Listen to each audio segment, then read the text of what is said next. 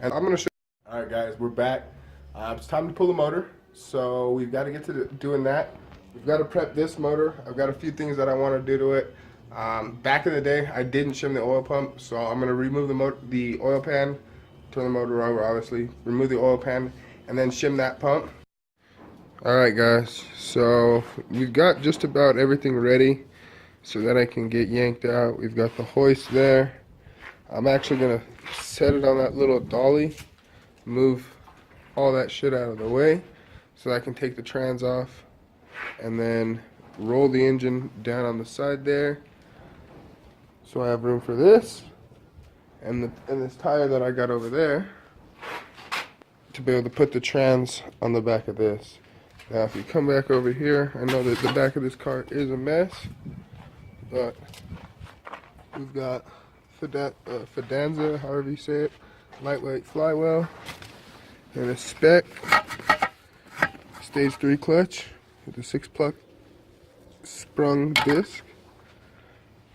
Should hold about 525 foot-pounds of torque is what they say, so we should be good for it.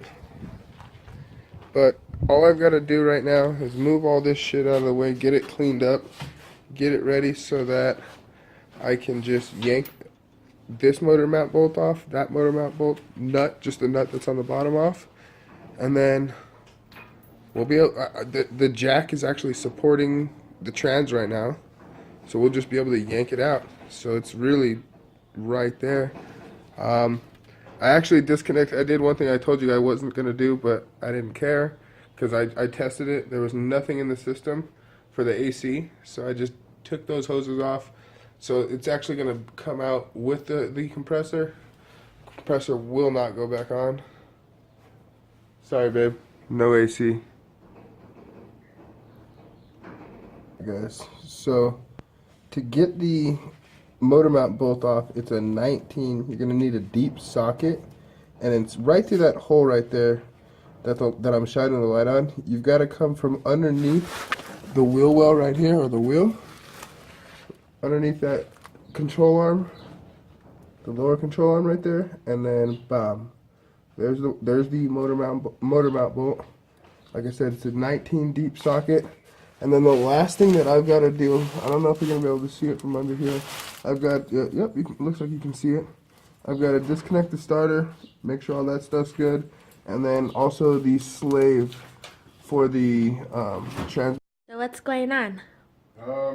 Just finishing up disconnecting the alternator, the starter cables, the fuel pulsation dampener bracket to the motor, and then the last ground. And then she's ready to come out. There's only a few things. It's just those things are really hard to get to with the motor in it. Obviously, you can see this is we're completely in the car. So here's where we got to take this off right here. We got to take this starter wire off right here, and then there's a ground up front. Other than that, she's ready to come out, and it'll be quick. It'll be fun, and we'll get that one going pretty soon. Let me guys know what you think. Let me guys know if you guys have any advice for this new motor. What I should do to just keep it running reliable, running safe, but also running strong. Alright guys, as you can see, the motor's just about out. We've got everything disconnected. All we've got to do is get it up, and then what we're going to do is we're going to roll this back as far as we can, and then we're going to swing it this way. I'm going to end up pushing this back a little bit. And we've got a dolly right here that we're going to set the oil pan on. And then we're going to be able to move the motor around as much as we can. Like, I mean, as safe as possible, I guess. And be able to get that out of the way, get the trans off, and then get everything bolted back up to that thing. Guys, we got it out. It's time to pack up for the day. I got to work tomorrow. But here's the old motor. What I've got to do now is remove the trans.